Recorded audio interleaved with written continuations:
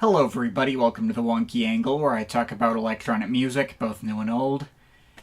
And today, I'm talking about album number 5 from Amon Tobin, Out From Out Where. Alright, we once again got a little sidetracked by end of the year stuff, but it's time to get back to the Amon Tobin discography review. I've now reviewed all the albums that he made primarily out of cutting together existing samples from like old jazz and soundtrack records, but this album in 2002 marks the beginning of a shift in his underlying approach. No longer would Tobin be relying upon samples from existing songs at all. Instead, he'd be using various found sound recordings and generating his own samples through playing instruments like guitars and keyboards and the like. And of course, processing every sample into oblivion so that you couldn't even recognize the source of what he happened to be playing half the time. This became the method by which all of his music from this point forward would be made, only getting progressively more and more elaborate as he would go along. We'll be getting more into how his approach gradually shifted his sound with later albums after this, like Chaos Theory, Foley Room, and ISAM, but in the specific case of Out From Out Where, if you didn't already know that his usual methods had changed as much as they did behind the scenes, you could be forgiven for thinking this stuff was made using the same methods as albums like Permutation and Super Modified, because it sounds directly in lineage with those albums. It doesn't have much of the overtly jazzy undertones of those albums, but aside from that, it is carrying from all the exact same kinds of sounds and atmosphere, especially carrying off the overarching feel of Super Modified in particular, trying to recapture a similar type of spy movie soundtrack sort of vibe to everything. Now, as I went over in my Super Modified review, even if the vast majority of people consider that to be his biggest masterpiece,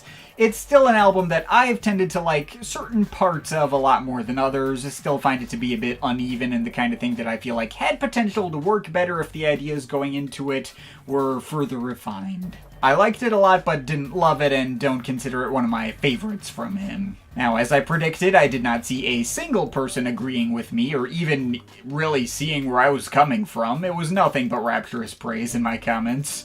And while I don't imagine this video is any more likely to convince people to see where I'm coming from, perhaps it may contextualize my Super Modified take a bit more, since anytime I was talking about moments on that album that didn't hit as much for me, or like I wanted these ideas to be better refined, I was keeping in mind this album as a direct comparison point, knowing that he was about to improve upon nearly every single idea he had presented before, not only elevating everything through his deconstructions of those ideas, but even tying them together in a far more cohesive and consistent package, balancing all the experimental ideas and the more accessible and catchy ideas, and getting them to mesh together a lot better in a way that he had a lot more micro-detailed control over. Also, having that extra control over the sounds he was using gave him the ability to absolutely leapfrog Super Modified from a production and mixing level as well. There's no weird, like, oily, unpleasant dirges like Rhino Jockey here. Everything on Out From Out Where has both the level of, like, impressive propulsion as something like Golfer versus Boxer, as well as the catchier hooks of your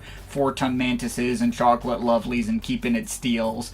And there's just, like, even more impressive bass here than ever before. If it wasn't obvious from what I've said so far, as well as the fact that I put this on my old favorites of all time list back in 2016, Out From Out Where is right up there with Permutation for me as among Tobin's absolute best work.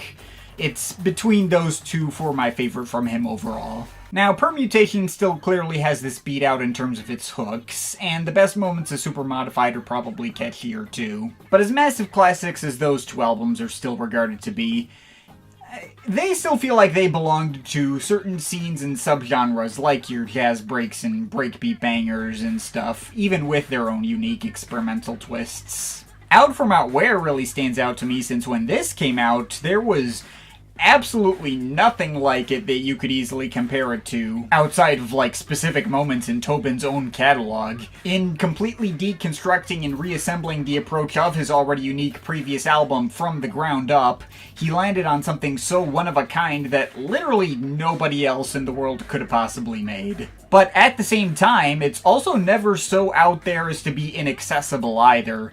As we'll get to with his albums after this point, his priorities would gradually shift towards getting even weirder and even more out of the box. But Out From Out Where hits just that perfect balance of the appeals of his early jazzy and breakbeat material and his later more experimental sound design workouts, and nails both sides of that coin at once. It's weird and crazy and sounds like nothing else out there, but it was also super immediate for me and keeps the exact same, like, I guess, dangerous spy movie vibes I love so much in his previous work.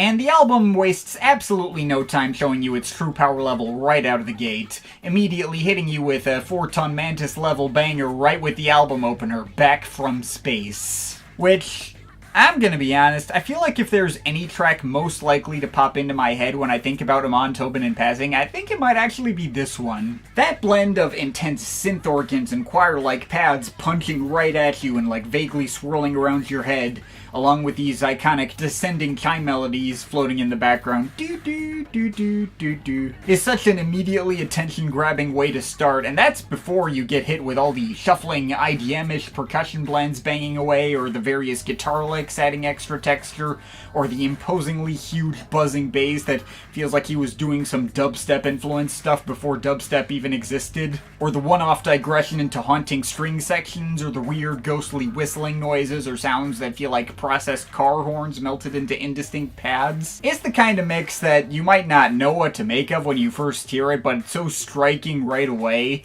sticks in your mind, and perfectly captures the vibe promised by its title, Back From Space, like aliens landing on Earth. Absolutely phenomenal opener, frankly blows all the opening tracks from his previous albums out of the water. And while that is definitely my favorite track in the bunch, he keeps hitting you with similar sonic blends that can all hit on a roughly comparable level of quality. The track Verbal, for instance, the only track from here that he released as a single, feels like another marked improvement on ideas that might not have impressed me as much back on Super Modified. The chopped up vocal fragments from MC Decimal R kinda remind me of Quadriceptor's beatboxing that showed up on Precursor, but a lot less annoying or overbearing. And the underlying groove feels like a more coherent take on the kind of sound he was trying to do on a track like Get Your Snack On. At least in the beginning of that track, with all the squelching synths that here feel like they might have been rearranged in like a similar idea, but gives all those textures so much more imposing bass presence again, like some kind of intangible feeling is physically weighing down on you, but also there's a lot more of a sense of space in how those percussion textures echo out next to the eerie choir-like vocals. Also how the whole mix is tied together with the almost kind of cheerful acoustic guitar strumming sort of forming the hook. It's great. And it segues perfectly into the industrial-inspired chronic-tronic. By the way, yeah, the album also flows really well and directly segues most of its tracks together in a continuous mix, which is an even further bonus that isn't really shared in the same way by, I think, any other Amon Tobin album. At least not any of his albums up to this point. I forget whether his later albums after this had a continuous mix. Anyway, Chronic-tronic is mostly a pretty percussion-minded track, hitting you with all sorts of face-meltingly heavy breaks, clanging metallic noises and steam hissing, more bass rubbing, and perhaps some DJ scratching, but it still sneaks a solid hook in there with this kind of disorienting synth melody that sounds like some melted jazzy keyboards or something. And there's some occasional orchestral string flourishes around the edges as well. The whole mix is so oppressive and dystopian, but also feels like you've entered into some odd, fantastical steampunk future. Next, we float into a set of tracks that feel like they might have even fit well in the experimental film noir vibe of Permutation and all those. Searchers takes even more lusher string backing and combines it with this kind of ghostly humming melody over this tense and dark 3/4 groove that features a lot of bass guitar plucking and more thick, oppressive, smoky ambient drones. Also some light horn and flute licks, off-kilter piano notes, some thumping tom drum solos too. The track does live up to the title, but in the sense that you feel like you're the one being searched, stalked by some kind of unspecified dangerous force. Hey Blondie, meanwhile, really leans into the jazzy keyboard lines, various layers of minor key fluttering electric pianos bouncing over some thicker bass guitars. The percussion feels like it's vaguely imitating jazz drumming as well, but it's also still coming about this sound from the same dystopian lens as the rest of the album is, as the drumming still sounds mostly synthetic, and the whole mix is still just as oppressive and foreboding as anything else. And Rosie's kind of takes similar twists on ideas as the last two tracks. There's a lot of guitar riffs in the background of this one that feel like halfway between funk and reggae inspired, but it's also being filtered through lots of downbeat layers of woodwinds and guitars, or other sections of more thick and imposing bass rumbling, or parts that sound like they've processed train whistles into weird orchestral flourishes. Guy's really leaning into all his movie soundtrack influences on this one. There's also like a spoken snippet of a woman talking in there that sounds like it's cut out of a TV show or something. Though it's also pretty clean sounding in comparison to the movie dialogue snippets you heard on his earlier albums. Kind of thing made to sound like someone is just talking off the street or something. Now, if all the thick heaviness and foreboding evil vibes of pretty much every single track so far was getting to be a bit much for you, I suppose a brief moment of respite is provided by the somewhat more lighthearted tone of the track Cosmo Retro Intro Outro. Only somewhat more lighthearted. Whatever melody is here is still fairly tense and minor key, and the bleeping sound effect drones that sound loosely inspired by certain 70s synth records, give me like mild Jean-Michel Jarre Oxygen vibes maybe, do still make for a suitably cosmic feel. But all the funky guitar loops and slapping, somewhat off-kilter beatwork going around this one do provide a much more upbeat and dance floor-ready mix than most other moments on this album. Anyway, after that, it's right back into dark, experimental, horror thriller movie territory. Technically, this stretch near the end is a bit where my attention trails off a little in comparison to the rest of this. But, you know, not by that much. He is still delivering the heavy hitters as always. Triple Science has one of the album's densest and most rhythmically complex tracks in the bunch, as some eerie synth chords and dub-echoed upright bass plucks attempt to pierce through this unrelenting cascade of stutter-edited percussion, both crashing away with lots of heavy imposing bass again, but also hitting at such high speed as to, you know, get a little overwhelming. Still in a satisfying way. The track El Wraith provides more of a hook than its surrounding tracks thanks to its repeating guitar loop. Though it also gets overtaken by so many different strange effects and more industrial-grade percussion, evoking growling giant creatures and humming machinery barely visible within some kind of dark recess. Not even to mention the other orchestral string backing to even further heighten the emotional tension. That's one of those tracks that only got better and better the closer I paid attention to it. Went from one of the lesser moments on the album initially to one of the biggest highlights. Then there's Proper Hoodage. I guess technically if I had to pick a least favorite on the album it would probably be this one, since the focus on this fairly simplistic and stiff buzzing hip-hop inspired beat isn't among the most interesting frameworks on display. But even that still obviously bangs, and the kind of vaguely Middle Eastern inspired orchestral flourishes around the edges of that one are a nice touch. I think there were some like grandfather clock noises in there around the wobbling bass, and also cut up sound effects trying to form like semi-glitchy IDM style percussion as well. I think it says something about the consistency of this album when a track like that had to be the arbitrary pick for the least favorite. But that takes us to the ending, Mighty Micro People, which thankfully leaves a lot more of an impact for me, finishing in a fairly similar low-key way to the endings of his last two albums, though a bit denser and more mysterious to fit with the tone of everything else. The guitars on this one are really pretty off the bat, and the way they're joined by these old-timey chiming loops, crunchy and mildly complex chopped-up sort of hip-hop inspired beat, and maybe a few big, dreamy and floaty synth pads, as well as some vocals so warped and filtered as to sound like alien sound effects.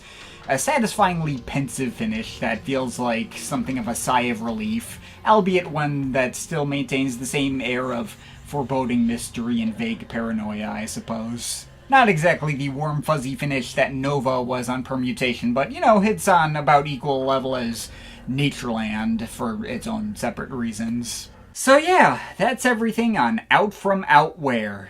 Needless to say, I still think it's an all-timer and one of his very best. Really don't have anything to complain about here. I would get it if people found the experience to be a little difficult and or samey. I will say the flow is so tight that maybe tracks have a tendency to run together. I will admit that a few listens, even in preparation for this video, did sort of go in one ear and out the other, if I was not trying to sit up and pay attention to it. And while this album's hooks are all solid, the best hooks on his last two albums were still even catchier. Not to mention, if you're looking for like the really elaborate sound design, that would get even more elaborate later down the line. I also don't know how much I agree with the description provided on his Bandcamp page about the album's supposed power to genuinely disturb, even if I can certainly see how it might for other people. I do agree that the album is certainly his nastiest up to that point in his career, and it's obviously really effectively dark and foreboding across the whole album, but it's also kinda too fun, exciting, and high energy a listen for me to call it like outright disturbing necessarily. I do appreciate the Bandcamp description just throwing random shade at Marilyn Manson for no reason, though. Fuck that guy. But yeah, these do feel like minor complaints at most. Out From Out Where may not be an album that, like, I guess resonates deep in my soul or makes me emotional. I think Permutation still gets at my emotions a little more, but what this lacks in, like, I guess, emotion, I guess it makes up for just sheer coolness. This is one of the coolest sounding listening experiences I've ever heard in my life. And like I said, it's at like that perfect Goldilocks zone between being super out there, experimental and challenging, but also really immediately striking and catchy, that I was pulled into it super easily from the first time I heard it. The more I think about it and the closer I examine it, the better it gets, so I think it is more than fair to also award this album with a solid 9 out of 10. But of course, this is just my opinion. You can feel free to disagree with it, but I'd like to hear your thoughts, so leave the comments in the comment thing down there. Shout out to my Patreon supporters, they're awesome people. You want to add yourself to that list, link to my Patreon is in the description. But yeah, that's pretty much it. That's all for today. See you next time.